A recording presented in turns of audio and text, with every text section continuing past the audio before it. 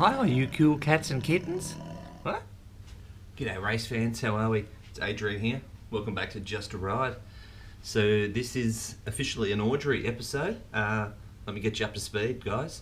The donk, the engine, the powerhouse. It is still at the mechanics. They haven't had a chance to check that issue out yet. You know, of the case upon being tightened. The input and output shafts just aren't rotating, so yeah, they still haven't got to that yet. They're busy. That's a good thing, right? A small business that's busy right now, so I'll happily wait. I got nowhere to be. I finished the painting off. I got another tin of 2-pack rattle can from Expressions Paints in Narain, and I did a slight colour tweak. I chucked a bit more white pigment in.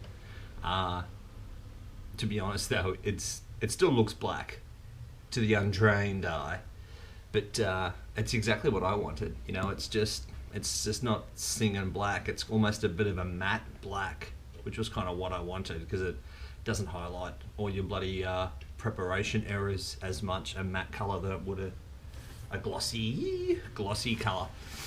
I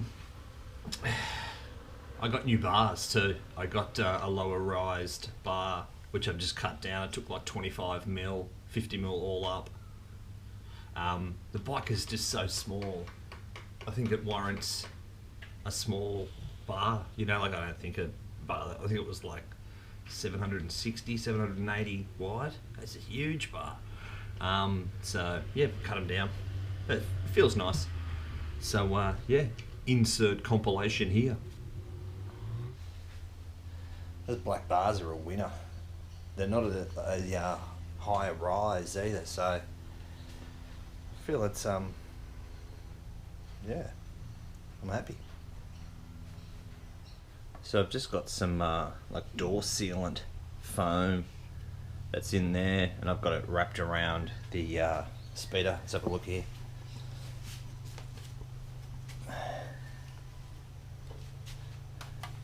Yeah, so there's the Speedo seat with a little strip of foam on the inside just to try and secure it, and that's the Speedo itself with that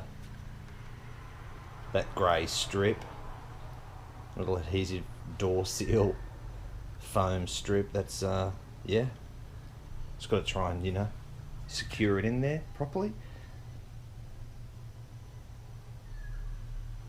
Nice little blinkers. So these are the blinkers that I got with the bike.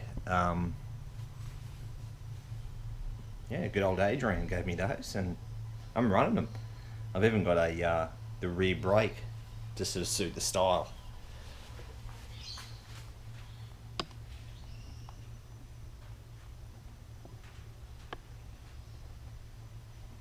So the arse end of this thing here, I've got this bolt is holding the mudguard on, and it's a captured nut inside the actual mudguard. It doesn't go all the way through, and I've got likewise a captured nut here in the subframe, which little 8mm bolt that holds the seat on here, but I've got no place to put a indicator, so I'm thinking about manufacturing a really basic little bent bracket that comes off of this and then just sort of steps out, so I can sort of mount that onto the bracket, and then the bracket's held in place with the M8 bolt through there. So if anybody that knows me, my metal fabrication skills, brace yourselves.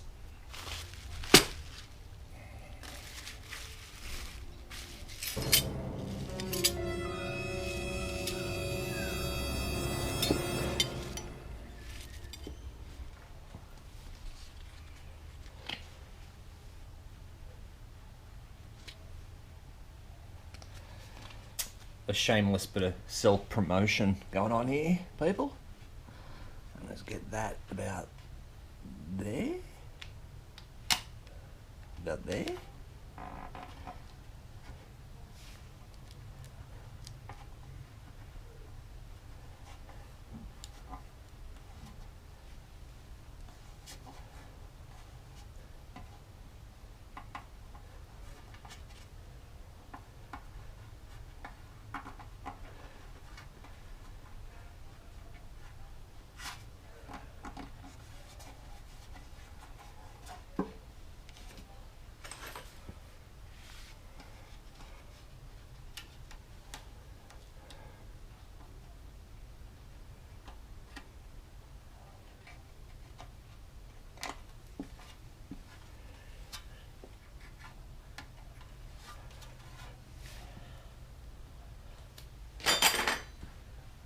Lovely.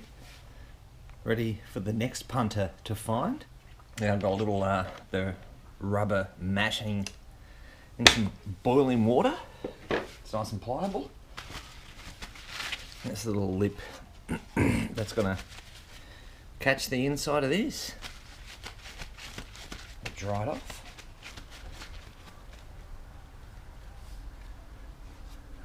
Righto.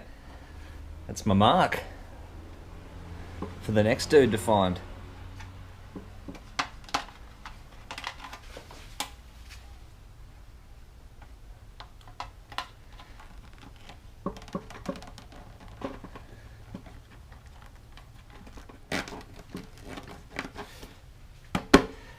All tucked away. Now it's badge time.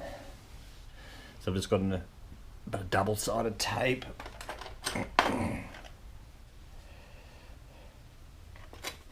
On 1 to 5.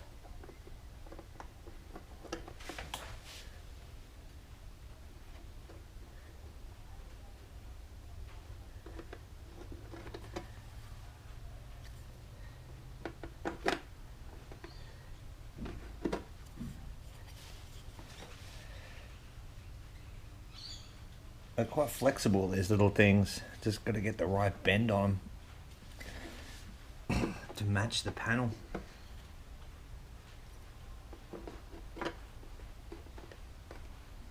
That's good there. Okay.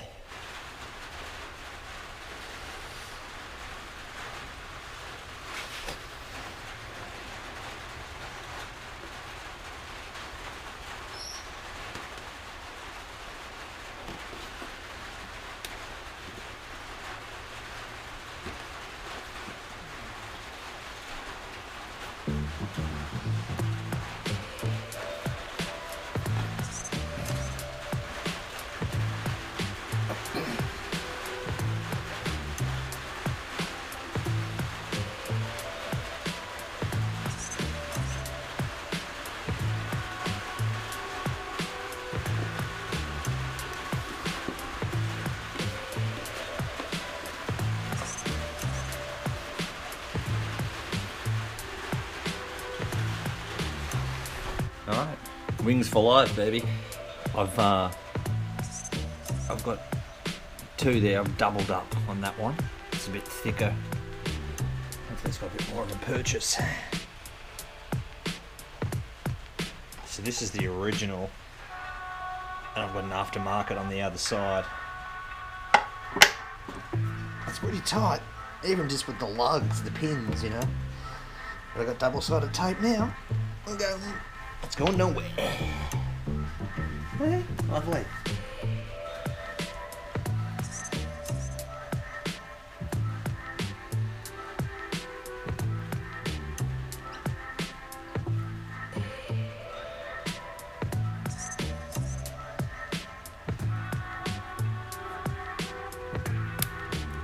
This is going to be the most secure badge on the bike, I reckon.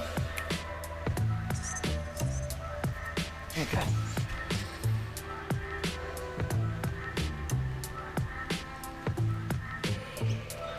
It's a Honda.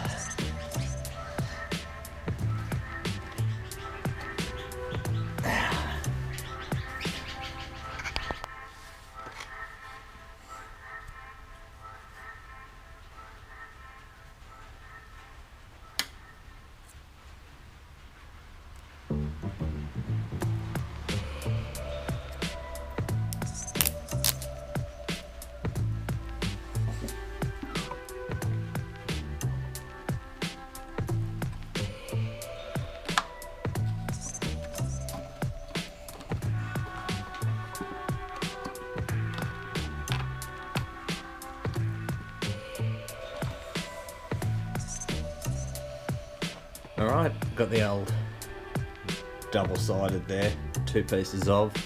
So this is the aftermarket. Actually had to cut one of the pins off. It didn't align with that, and obviously give it a bit of a bend as well. But this should be good with the 1 pin. You can tell it's a little bit of out of alignment, you know, with the recess of the shape in the tank. But yeah, That or no badge at all. I'll take the one that's a little out of rego. Thanks very much.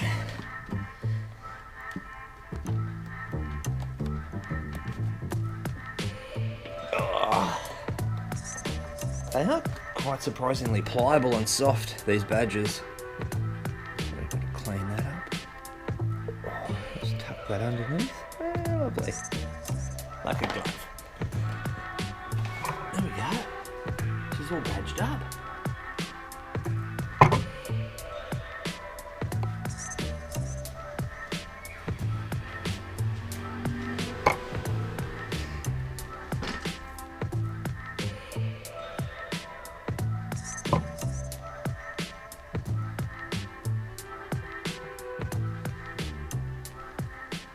So the blinker mount that I've had to fabricate, I've even impressed myself here. So that is a piece of old Mitsubishi Pajero quarter panel that got cut out of a car. Obviously I know a panel beater, right? They did some scrap metal. So I had a piece that had that angle on it, but didn't have that angle. So I've even surprised myself, right? I've screwed it onto this board, hammered it down over that corner to get the angle, got the angle grinder out, cut the pieces out that I needed, so that's now rubbish, and the new pieces are coming. Master fabricator at work, so this is what I've made. Hey, I'm like an engineer, aren't I? I put holes in it and everything. That's because I've got a drill press on a plastic stool. And there she is, all mounted up. So that's the little bracket that I just put together. Master fabricator, yeah, I know. And both sides are sorted.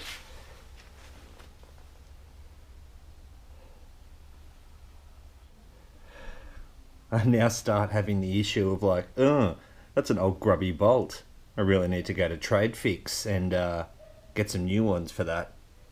Make all those fastenings look nice, you know.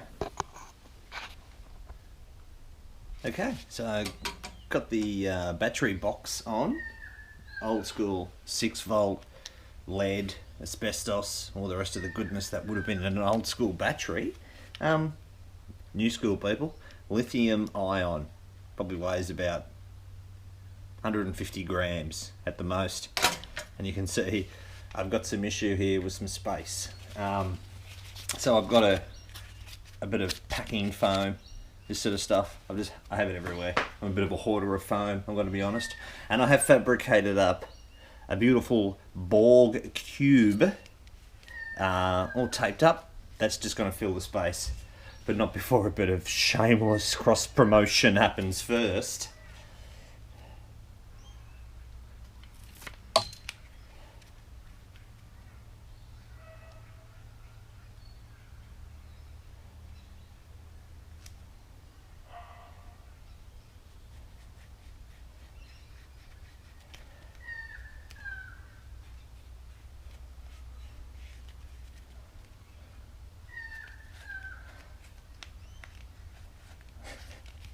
Shameless cross promotion or brand recognition, either or, you know.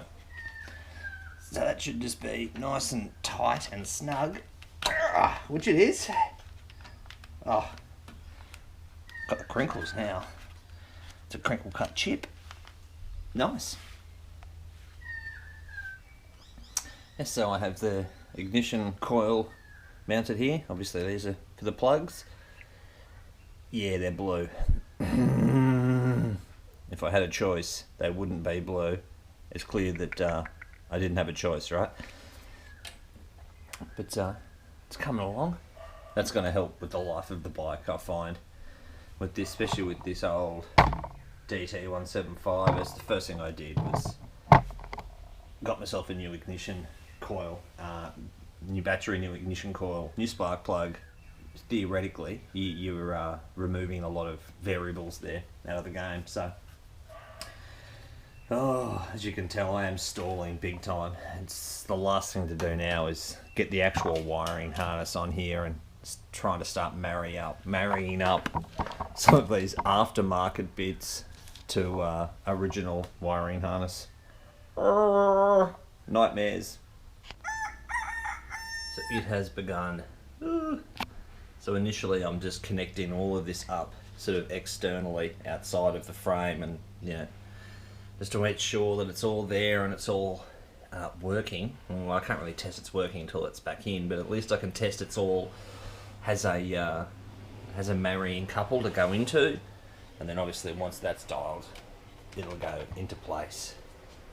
But at the moment it's just a bit of a hodgepodge of bird's nesty tags on them.